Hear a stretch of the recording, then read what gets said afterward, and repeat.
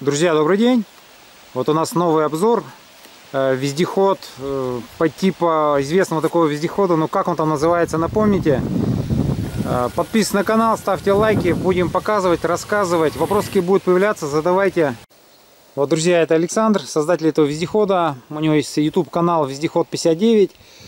Заходите, посмотрите более подробные обзоры. Как он начинал, как строил. Сань, давай рассказывай вообще, откуда пришла идея, для каких целей он строился? Ну как идея, я как бы не охотник, но любитель рыбак, чисто как бы летом, зимой я тоже не любитель. И вот как бы для осени чисто нужен был теплый вариант вездехода. Первый как был открытый и холодный, меня это не устраивало. Привык, чтобы в вездеходе было тепло, то есть и мог и от дождя, от ветра, как говорится, везде укрыться. Вот решил построить вездеход утепленный, полностью все утеплял, обшивал. Рама, давайте начнем тогда с рамы. Рама обычная, как везде берут вездеходчики. Профиль 60 на 60, стенка 4, рама самодельная. Единственное, раму делал от УАЗа по чертежам. И маленько в расчетах ошибся. То есть я сделал 800 спереди, 1000 сзади. И хотел сделать стойки, то есть спереди и сзади. И получается у меня стойки сзади получились, а сзади по габаритам колес уже не подходили. И пришлось сделать уже классическую подвеску. Ну, мне даже показалось, она лучше будет. И помягче идет как бы. И проще. И проще, да, в обслуживании. Там 2 пружины и 1 реактивная тяга. Мосты брал от ГАЗ-69. Они тихоходные идут, как бы все равно СССРовское качество. Мосты 68-го года. Главная пара на 41 зуб стоит. Потом что тут попереду? Сразу в круг сделал кругом дисковые тормоза. Ты это готовый комплект, да, покупал? Нет, и это я все полностью собирал. То есть брал отдельно диски, план-шайбы в магазине отдельно брал. Суппорта мне знакомый отдал от Волги. Назад пришлось план-шайбы с Авито заказывать, по-моему, да, с Авито заказывал. Суппорта там 8-рошные. И диски тоже, получается, 3160 идут. То есть такие же, не нивовские, никакие. Единственное, по заду, по дисковым тормозам пришлось одну колодку новую, одну сточенную ставить, потому что диски, они широкие и идут уже под волговский, газелевский суппорт. И как бы сразу изначально решил ставить гидрообъемное рулевое. То есть насос с дозатором ТЗ. Ну, обычно все вездеходчики так делают. Не подруливания, ничего не будет. Нормально, хорошо будет. То есть вот насос-дозатор и гидроцилиндр получается МТЗ. Насос сам перекачки масла получается от ВАЗ-2112, как я ранее сказал. И бачок. Все, там больше как бы ничего нет. Крепление. Хотел как бы, раньше у меня до этого вездеход был, 3-точное крепление было, то есть L-образный рычаг сверху на шаровой опоре. Тут решил сделать от Хантера, ну, ВАЗ Патриот, клюшки идут, то есть он не дает мост сломать. И продольную тягу, обычную от классики. Все тут, все просто, и стойки 8-рошные задние. Больше тут такого-то как бы ничего и нету. Единственное, пришлось проставки поставить, так как у меня зад шире, то есть 1000 миллиметров получился. Пришлось проставки под колеса поставить, расширить колею, чтобы, ну, при прохождении препятствий... Одинаково, чтобы колея была. Колеса, получается, я готовые купил. Были кразовские, но надо было изготавливать диски, на это все надо время. Станки... Вытачивать где-то что-то. Я на Авито просто уже увидел готовые колеса были. Понятно. Ты скажи, сразу же проектировал под ободрыш или ты в принципе что-то заводское, может, планируешь поставить? Ну, пока это, я в принципе как бы ободрыши у меня тоже были, кразовские ободрыши. раз эти готовые купил, я те ободранные сразу продал, и человек уже сделал на вездеход, на головастик УАЗ. Ну, тоже сколько они проходят, это неизвестно, но знаю, что заводские шины 15 лет ходят спокойно. Ну, там и стоимость будет вместе с дисками по 1200, это точно как минимум. Ну, я общался с мужиками, кто вот ездит 10 лет, катаются на одних ободрышах, в принципе, ну да, где-то пару-тройку клуков потеряют. Ну, мне вот нужен вездеход чисто для осени и, ну, летом, весна. Зимой я как бы на нем не собираюсь ездить. А, во-первых, это нагрузка большая и на трансмиссию, и на двигатель. И он идет все равно, любой вездеход, ну, до по колено снега, смотря где как. Вот как по нашему снегу, тут ни один вездеход не пойдет, даже заводского исполнения. То есть для зимы он мне как бы не нужен. Вот чисто для осени. А так что, обшито весь полностью дюралюминием. То есть ты сварил сначала раму из профильной трубы 60/60, потом Да. сварил каркас из трубы. Ну, каркас, получается, сварил. Но единственное, у меня пока не было дюралюминия.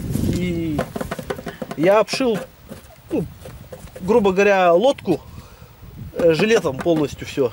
То есть у меня вот эта вся нижняя часть под крыльями, это все у меня металл. Вверх алюминий уже идет. Ну, там получается вот также профильная труба на 20 на 20 внутри каркаса. Сначала каркас, ну, уже там смотришь по своим размерам, каркас, потом уже дюралюминий заказывал тоже на Авито, потому что у нас в магазине один лист 8000 стоит. Я думаю, у меня ушло 9 листов дюралюминия 1,20 на 3 метра. Я думаю, ни один вездеходчик за такую цену листы не будет брать. Ну, если, естественно, если только на продажу. Ну, понятно, сейчас уже вопросы, думаю, в комментариях уже начинают писать. Все-таки стоимость итого конечную подбивал? Ну, я думаю, за 500 000 это точно, не считая работы. Потому что вроде начинаешь строить, ну, такие крупноузловые, как бы все, ты быстренько все собрал, не считая там переборку двигателя, покупка двигателя, коробки, ну, если на разборках брать, грубо говоря. Тот же насос-дозатор ты на разборке уже не найдешь. Это все через магазин. Все фитинги, шланги. Насос-дозатор 8000. Гидроцилиндр рулевой 3000. Шланги вот эти с фитингами. Грубо говоря, там, ну, я не помню точно, но 1000 на 5. Это никак не меньше. Понятно. Сколько по времени ты его строил? Получается, я собирал осень. С весны до осени я накинул на раму, сварил. Ходовку сделал, двигатель повесил и проводку, ну, так, более-менее для запуска проверить двигатель, то, что после капиталки. Все. И получается, с той весны, не с этой, с той, 2018-го, уже полностью начал обшивать. Проводкой занимался. До осени, получается, 2019 года половина вездехода была готова. То есть я все проверил, проехал, все работает. И осенью загнал, и получается всю зиму и все лето вот варил каркас, потом обшивал, утеплял, проводка, ну вот вся вот эта мелочевка, она делаешь, она нигде не прибывает, это ничего и не видно. Получается, много времени теряешь, и, во-первых, если бы я постоянно этим занимался, то есть каждый день, а то у меня получается только выходные дни, там, грубо говоря, 2 дня. Понятно. Габаритные размеры, чертежи, где брались, где подглядывались? Я уже делал чисто, получается, по карданам. То есть я отталкивался вот эту длину. Длина у меня получилась по раме ровно 3,70. Это габариты Нивы, грубо говоря. То есть длина Нивы. От бампера до бампера. А вот по ширине я вот точно сказать не могу, потому что я как бы не замерял даже. То, что я уже проставки поставил, коля, естественно, она шире стала. Понятно. А размеры вот это все ты... Понятно, ты увидел лесника, захотелось что-то подобное. А остальное это все сам или где-то на форумах это находится? Да почему? Нет. Тут уже сам, как говорится, начинаешь варить уже под свои размеры и смотреть. Все, понял. То есть ты под себя его делал под свои размеры? Да. Единственное, вот со стеклами, то что кто-то ставит лобовое широкое, а здесь узкие. А я как-то это, ну, все сделал так компактно. И про стекла-то и, ну, одинаково решил сделать. То есть у тебя 3 одинаковых стекла? Да. Давай по стеклам маленько расскажи. То есть они видно нестандартные? что боковые стекла, что передние, вот эти боковые, я заказывал на сайте Автоман 52, то есть Нижний Новгород. У нас я пришел в магазин, и, ну, посмотрел, что на леснике раздвижные ставят. Пришел, спросил, 3800 одна боковая форточка, Хантер, грубо говоря. На заводе на 1950. У меня две форточки по цене одной обошлись. То есть, ну, с доставкой, естественно, транспортной компании. После чего я посмотрел на их сайте, то есть можно любые стекла заказать под твой заказ. То есть, после чего я сделал заказ, одно стекло обошлось 3000 рублей. То, что они индивидуальные, получается, по твоим размерам идут. Триплекс. Нет, они каленое стекло идет, ну, для сельскохозяйственной техники.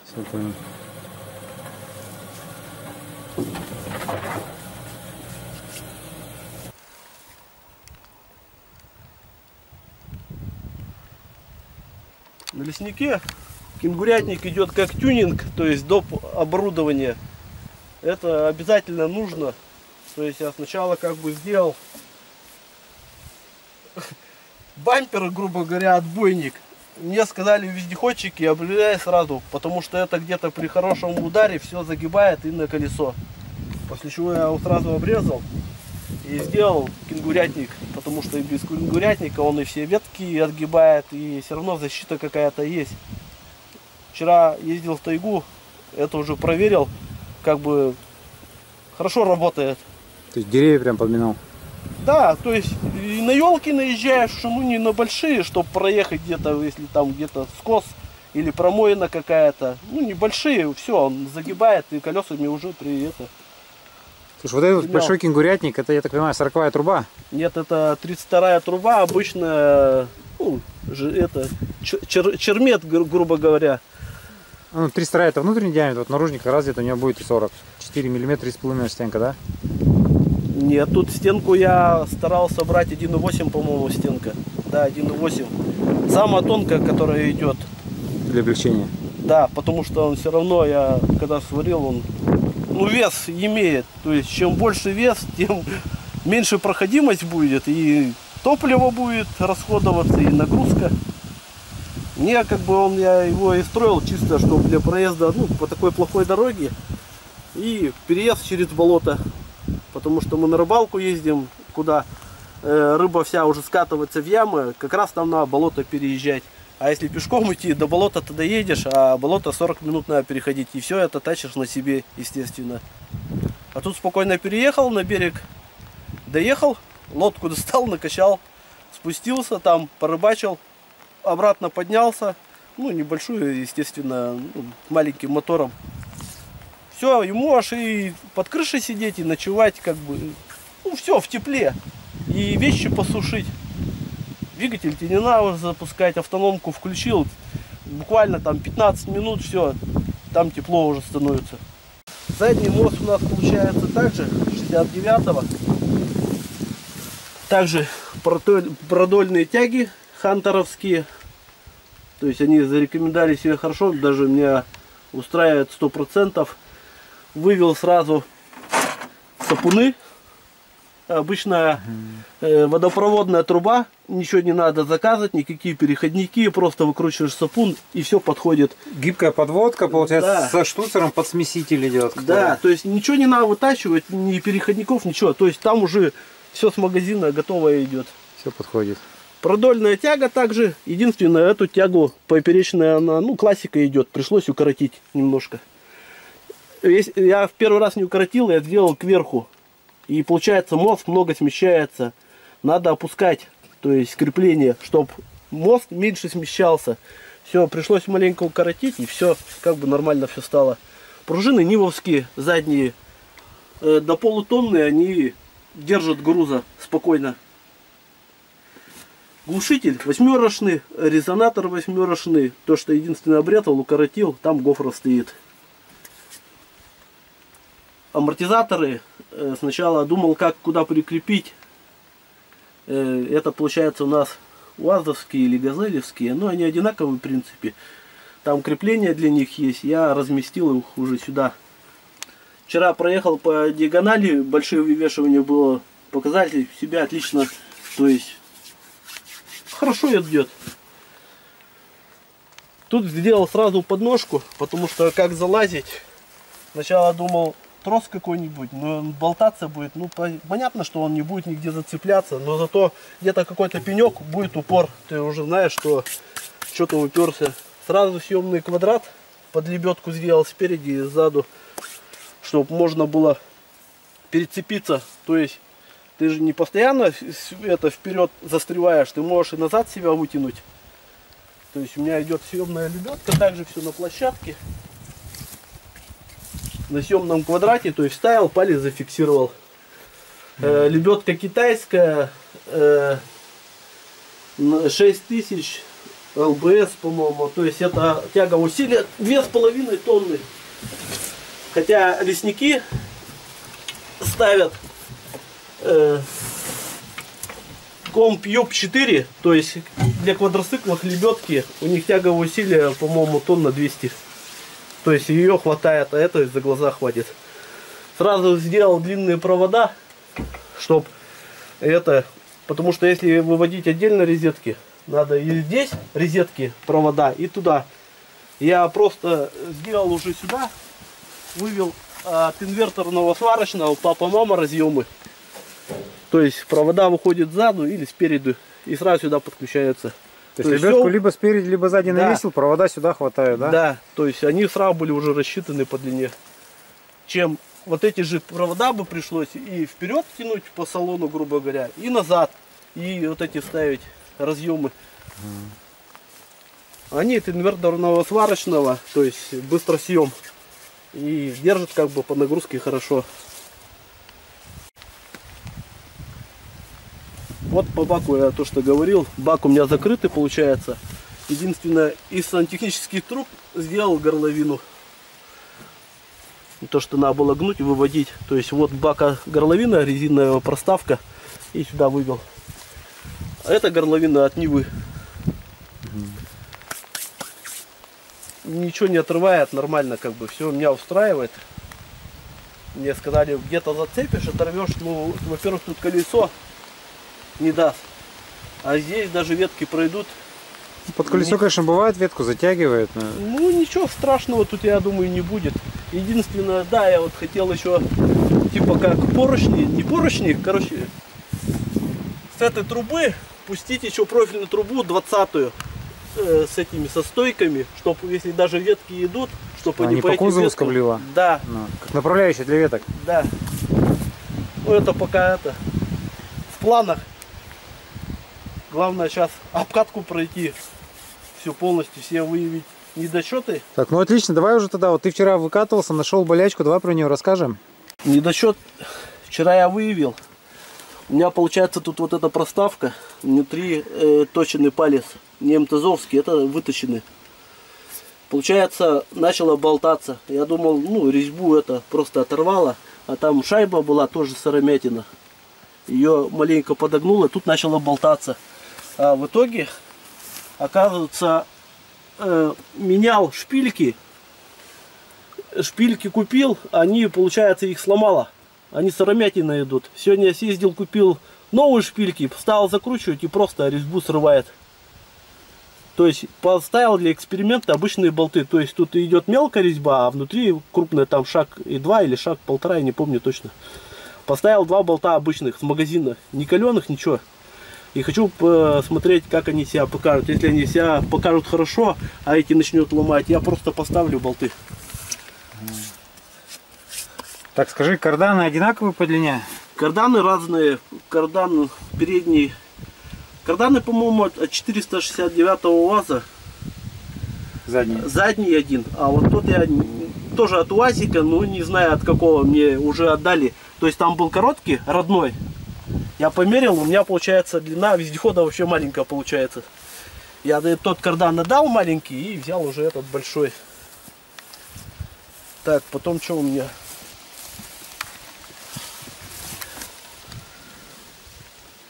Вот это самодельная кулиса. Это искал сначала как сделать. У меня из токарки только вот вытащены, ну и не считая пальцев. Пальцы можно МТЗовские, конечно, найти. Вот этот вал я только заказывал вытачивать. Это на переключение передач. вилка получается, 2 тросика, один вниз, то есть ну, вал поворачивает, а этот вилка уже ну, включает скорости. И вот это самодельное крепление. То, что у меня сейчас скорости ну, зеркально получается. Все, это вот первое крепление у лесника было, как сделано. Сейчас у них, получается, тяги идут, там на скобы, и тросики уже внутри находятся. Но то, что они говорят, то, что мы плаваем, это все замерзает. А я плавать не собираюсь, и как бы негде плавать. Единственное, болото переезжать. У нас не такие болота, как бы топкие. Все, и меня, я считаю, устраивает. На машине же не ходят, не замерзают. Это у меня от автономки выведено. Он короткий, я просто показываю, ну, чтобы туда грязь не летела. Или еще закажу 2-метровый, чтобы не задувало через моторный отсек, получается, газы. Он все равно, когда включается, газы идут. Ну, тут этот покороче. Передний длинный кардан, а этот покороче. И вот эти флянцы сразу с выходом, получается, промвал. И вот эти флянцы, то есть переходник ничего не надо, ни на гранату тащить, ни наваривать, ни центровать. То есть уже все готовое решение. Тут как бы у меня такого ничего уже больше нету. Также 3 опоры. Тут получается у меня все утеплено, кроме моторного отсека, потому что моторный отсек нагревается, он потом уже работает, пока не остынет, как печка. Все зашито кругом, то есть крылья, эти сиденья, бока, потолок, все пеноплексом. И это идет не ковролин, это как-то название такое материала, ну наподобие ковролина. Карпет? Нет, это не карпета, но мне клеили на него это скотч и подписывали. Не знаю, как называется правильно. Ну, материал такой хороший, его все берут самодельщики, обшивает. Но он не прорезиненный, просто двухсторонний материал. Любой стороной. И он говорит, это и держит как бы и тепло, и все хорошо. То есть у тебя профильная труба 20 на 20, снаружи алюминий лист, внутри пеноплекс, и по пеноплексу ты приклеил ковролин. Не приклеил, я все прикрутил на болты, то что на какой-то клей, и он чтобы приклеился к профильной трубе на железо. И я решил все так, на саморезы прикрутил, и как бы нормально. Потом даже где-то что-то заменить. Единственное, то, что я не хотел, этот пеноплекс, где-то залазишь, где-то что-то бросишь, и он рвется. Это постоянно надо менять. Это хоть какая-то будет защита. Так же, как в леснике сразу сделал полку под слани. Так-то, что ж, вездеход я с ночевкой делал. 3 доски, получается, ложатся сюда, образует ровный пол. Но единственное, фанера вроде и толстая, но стыки между собой играет, когда, например, садишься в эти пазы. Хочу как типа вилки сделать с двухсторонней, чтобы ребро жесткости было? Да, чтобы вставил в этот паз, и чтобы они посередине не гуляли. И тут на днях что-то посидел, посмотрел, решил низ зашить тоже дюралькой. Дополнительные полки, то есть мелочевку даже сюда какую-то ложить. И все, тут получается даже можно обеденный стол сделать, то есть сели вдвоем спокойно. Можно так ночевать, 2 человека, можно так положить. Даже 3, наверное, да, выйдут при желании? Да, то есть слани вот эти ложишь, уже 3 человека входит. Единственное, выступом пришлось сделать под воздухан. Люди делают выше это все. То есть эти лавки в высоту выше делать, чтобы вровень было с двигателем. Или ниже двигателя надо допускать. Но я решил вот сделать так, чтобы у меня меньше было высоты под лавками. И все, и получается, тут можно полку сделать, ну тут дополнительно профтрубу наварить, как ограничитель. Туда ложить можно, ну как полка будет, то есть и с ребрами прошел. И положил, у тебя уже кататься никуда ничего не будет, там все будет находиться.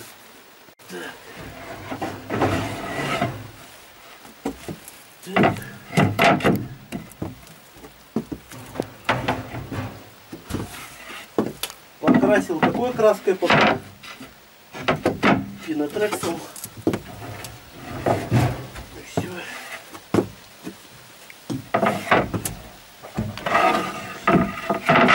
Все, сюда вот эти скобки сделать, чтобы вот этих прогибаний не было. Ну, тут можно губку или что бросить. А внизу вот, пожалуйста, вещи складывай. Да, можно снизу еще ребра жесткости. Да, если тем более один поедешь, можно 2 оставить. Здесь можешь сапоги все снять. Все. И этот матрас надувной Entex спокойно подходит сюда по размерам. То есть положил, тебе больше ничего не надо. Он 2 на метр 80. Так, у меня вот по ширине, я тут мерил, по-моему, 1,89 м в чистоте. Вот, сейчас ширина. И до выступа от двери. Так, не помню точно, но, по-моему, 2 метра с лишним. То есть, грубо говоря, метр даже 90 за глаза, я метр 75, то есть места достаточно остается. Все это тоже дюралькой все зашил, чтобы пеноплекс, ну, не ломать. Все равно тут всегда будешь кидать. Тот же домкрат хайджек я купил. Очень удобно. Во-первых, не надо ничего и бегать искать. И него можно поднять. И здесь подставлял, все пробовал, все поднимает. Что спереди, что колеса снимать. Все удобно. Он то, что длинный, я заказал 1,50 м, не 1,20 м. Он сюда как бы входит, пила, лебедка. Под лебедку я хотел там еще проушину сделать, чтобы вот съемный квадрат там туда вставил, палец сунул, чтобы она тут на середине висела. То есть не мешалась. Или ее убирать к автономке. Шланги единственное, что пока не закрепил. Ну, как бы не мешается, они гуляют, ходят мост, и ничего такого страшного нету. На лавке сразу как бы заказать решил влагостойкую фанеру. Ламинированная, да? Ну она, да, она финская, или как она правильно там называется. Но я еще хочу сюда эти мягкие сидушки. Губки это купить и чехлы сшить. Увидел, сейчас лесники делают на липучках. Она приклеивается сюда, разлаживаешь, и все, у тебя получается мягкие мягкая кровать.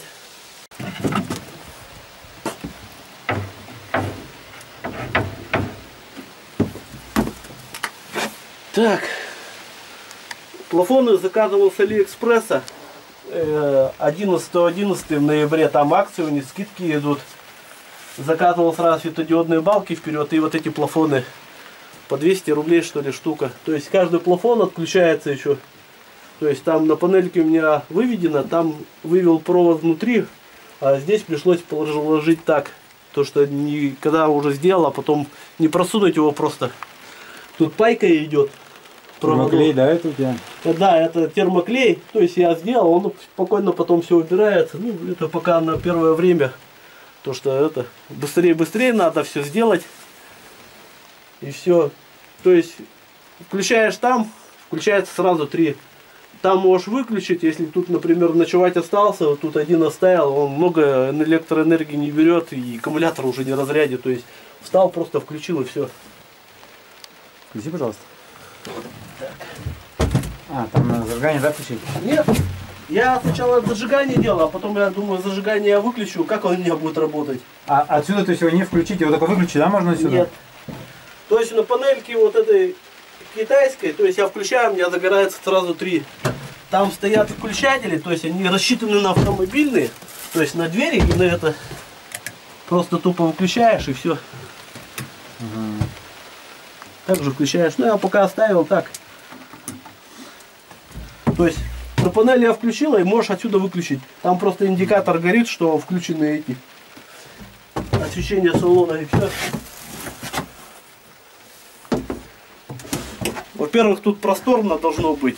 Ну, естественно, на рыбалку поедешь, тут вещей много будет, но ты ту же лодку, там моторчик маленький ты выгрузишь, они снаружи будут, там ничего страшного этого нету.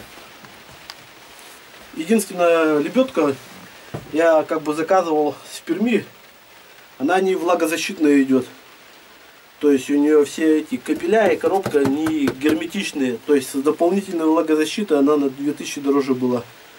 Я как бы сразу хотел, чтобы она не снаружи висела. То есть мне она нужна, но чтобы вот такой вездеход где-то засадить, надо хорошую преграду найти. То есть болотину хорошую, там грязь. Или мостами где-то повиснуть. Ну, у нас таких как бы дорог-то таких точно нету. Есть где-то там, может, за километров 30. Все, я вот решил такую лебедку съемную, то есть убрал в салон, где-то надо, достал, повесил, все. Проблем с этим нету.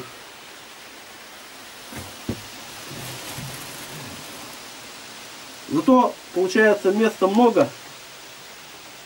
И пообедать можешь, и ночевать, и вещи сложить. Потому что с рыбаками общался, с охотниками, и они говорят, рюкзаков там, что только не накидаешь, говорит, вроде места, говорит, много было, все закидаешь, места нету. Ну, действительно, я вчера тут вот все вещи с собой брал, фуфайки там, канистры, домкрат, лебедка, тут все было заложено, пила. Тут еще вот место сколько-то оставалось, а это если лодку взять, мотор, ну, места не будет. А когда все это убираешь, тут места действительно много. По объему не скажу, но сколько тут квадратных метров. Ну, прилично, то есть для двоих-троих человек, я считаю, нормально. Вот по потолку перелом идет. А это получается кунг как бы сделан. То есть прямо крыша, переход кверху, это чтобы ты мог уже не вот так стоять, а полный рост, я вот стою, 1,75 м. И у меня то и высота получилась сзади, с полу я мерил до крыши 2,80 высота. То есть он высокий. Ну, меньше там, естественно. Ну, я как бы сразу. У лесников, они правильно, они хорошие идеи сделали, они много дорабатывают еще.